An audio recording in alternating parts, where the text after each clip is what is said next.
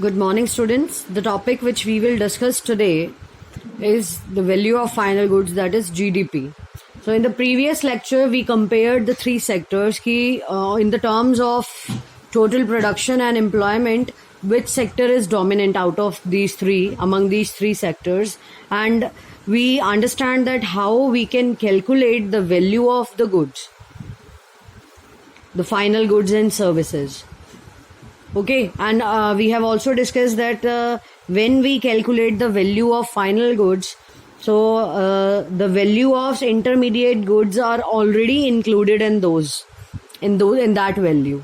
Now, the value of final goods and services produced in each sector during a particular year, it provides a total production of the sector for that year. Now, understand it, the value of final goods and the services which is produced by one sector each particular year in 1 year, so it provides us the total production which is done by a particular sector in 1 year. And now when we add up the sum of the total production in the three sectors, like the total production in primary sector, the total production in secondary sector, and the total production of tertiary sector, when we add all the values from the three sectors, it gives us the value, it gives us GDP.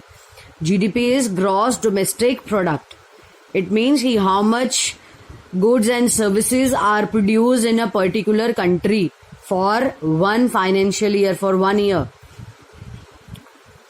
It is the value of all final goods and services which is produced within a country. Now, GDP means the value of all final goods and services which is produced within a country during a particular year. GDP shows how big the economy is. The more production is there, if the more production is there, the more GDP would be, and the more GDP means economically that particular country is very prosperous. Now in India, the mammoth task of measuring GDP is undertaken by central government ministry. In India, so measuring GDP, it's a very big task to calculate the values of final goods and services from each sector and then add up the values for the whole country. It's a very big task. Mammoth task means difficult and very big task. So it is done by central government ministry. This ministry, with the help of various government departments, all of the Indian states and union territories. So with the help of different departments, central ministry, they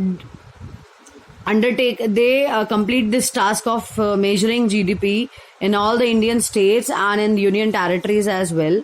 So they collect the information relating to the total volume of goods and services in which particular state how many goods and services are produced, and they, after collecting all the information from different states and union territories, they calculate the prices of the goods and services and then they added up those prices to estimate GDP.